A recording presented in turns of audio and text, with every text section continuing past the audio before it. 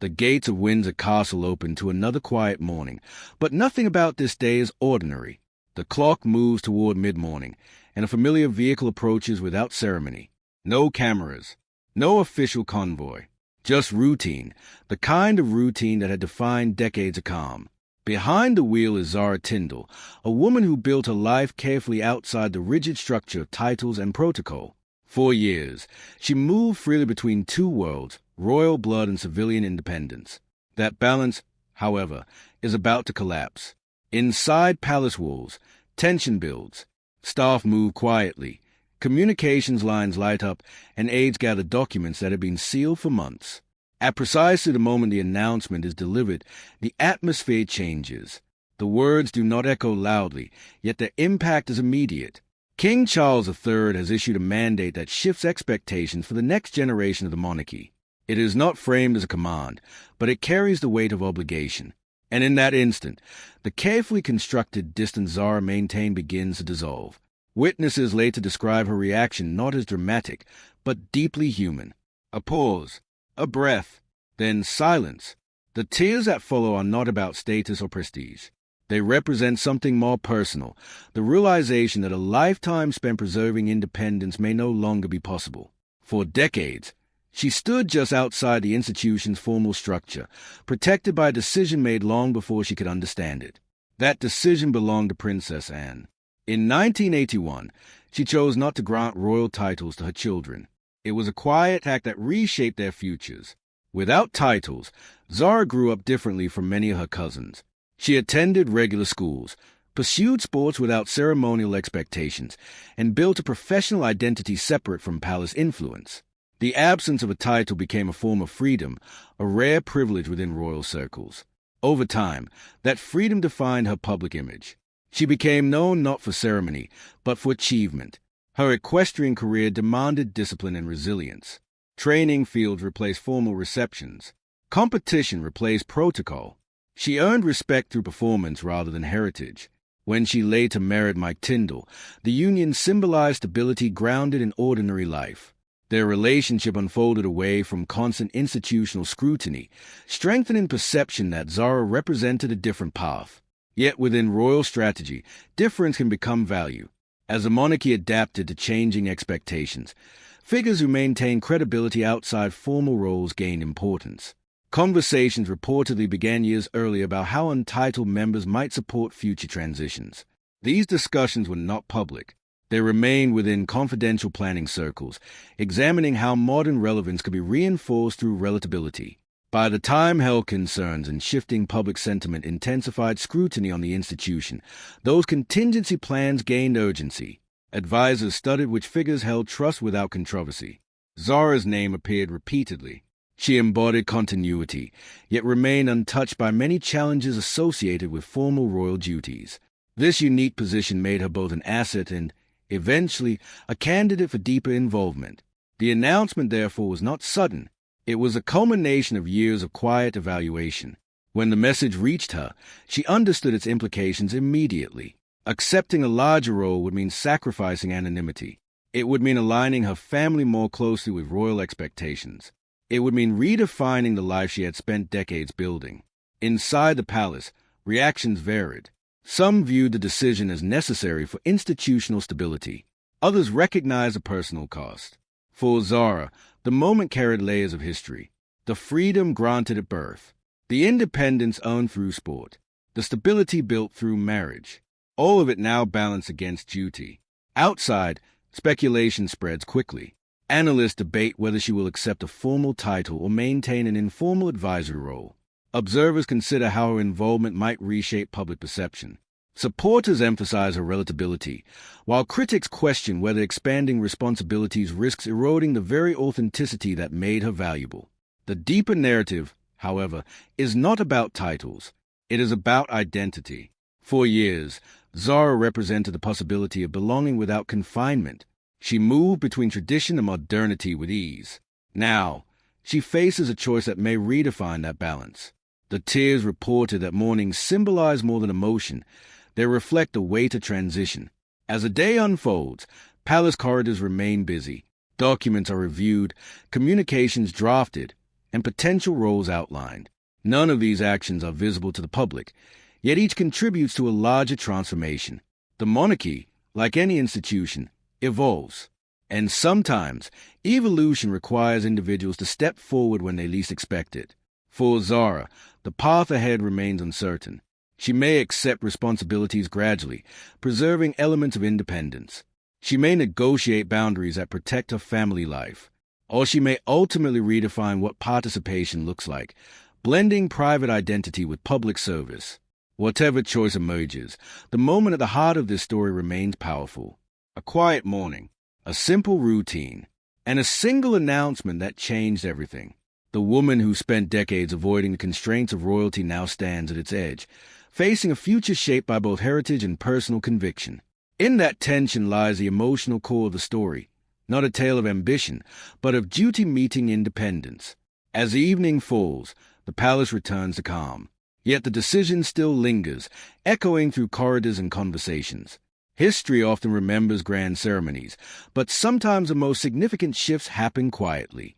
A tear, a pause, a realization, and the understanding that even those who step away from tradition may one day be called back to it. The camera would fade on that image, a figure caught between two worlds, looking toward a future neither fully chosen nor entirely avoidable. Because in the end, the most compelling royal stories are not about crowns or titles, they are about the human cost of carrying them. The morning air around Windsor Castle carried the same quiet dignity it always had. Gravel paths stretched across the grounds, and the bells near St. George's Chapel echoed softly through the stone corridors. For years, this place had been a refuge for Zara Tindall, a rare sanctuary where she could move without the heavy expectations attached to royal life. She was never the princess in waiting, never the headline figure, never the center of ceremonial attention.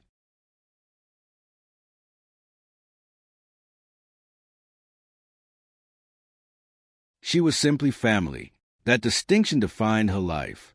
It began decades earlier, when Princess made a decision that stunned royal observers.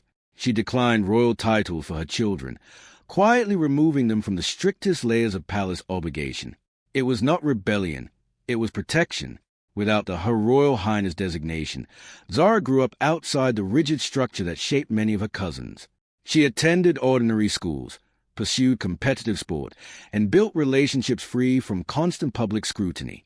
This independence shaped her personality. While others practiced protocol, she practiced discipline in muddy equestrian fields.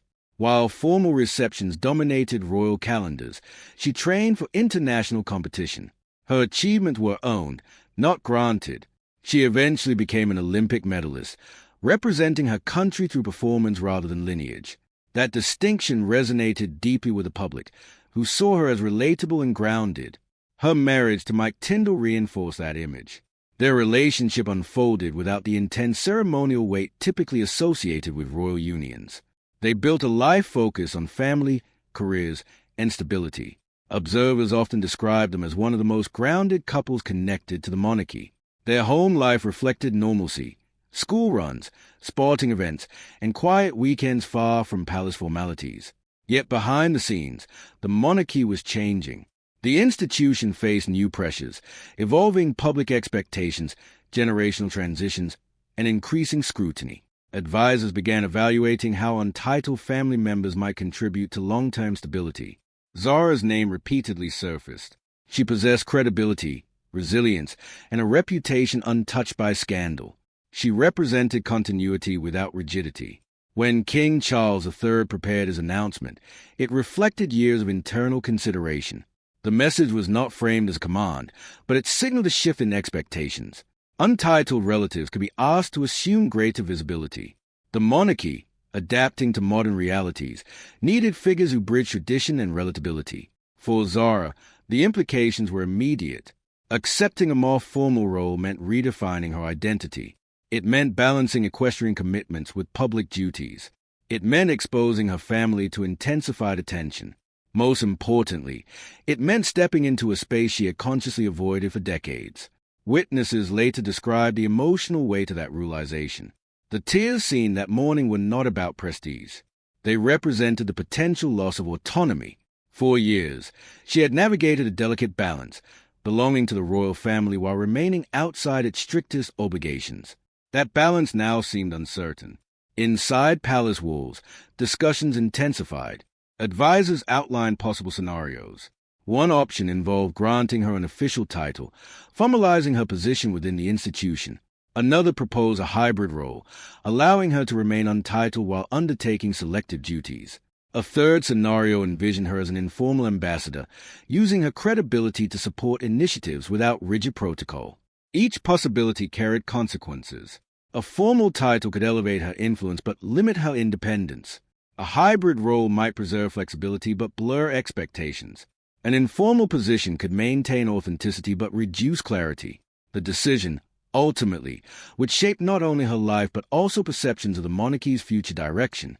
Observers noted how her unique background made her particularly valuable. Unlike many royals raised within palace systems, she had navigated the real world. She secured sponsorships, managed professional pressures, and balanced family life independently. These experiences built resilience. They also created trust among the public, who viewed her as genuine. The broader context added urgency. The monarchy was entering a transitional phase. Younger generations would soon carry greater responsibility. Figures like Zara, who combined heritage with relatability, offered stability during change. Her involvement could signal a shift toward a more modern, accessible institution. Yet personal considerations remained central. Her children, raised outside formal royal expectations, might face new scrutiny. Her husband, accustomed to relative privacy, could find himself drawn into official events. The life they built carefully over years might transform rapidly. These factors weighed heavily on her response. As the day progressed, media speculation intensified. Analysts debated whether she would accept the evolving role. Supporters emphasized her authenticity. Critics warned against overextending individuals who valued independence. The conversation reflected broader questions about how the monarchy should evolve. For Zara, the moment remained deeply personal. It was not about strategy or symbolism. It was about choice. She had spent decades defining herself outside titles. Now, she faced the possibility of redefining that identity. The tears reported that morning captured that transition, a quiet acknowledgement of change. By evening, the grounds of Windsor returned to calm. The bells fell silent. The corridors emptied.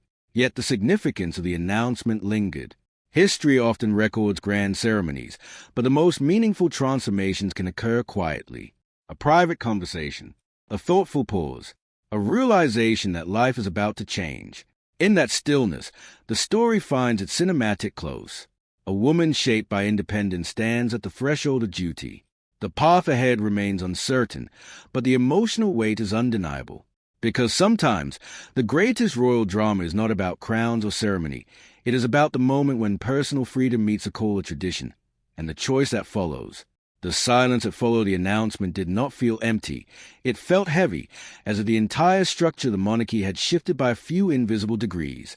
Inside the private circles of King Charles III, advisors reportedly described the moment as a controlled fracture. Nothing had officially broken, yet everything had changed. It was not a coronation moment, not a scandal, not a resignation. It was something more subtle, a redefinition of duty itself. And at the center of that quiet earthquake stood Zara Tindall.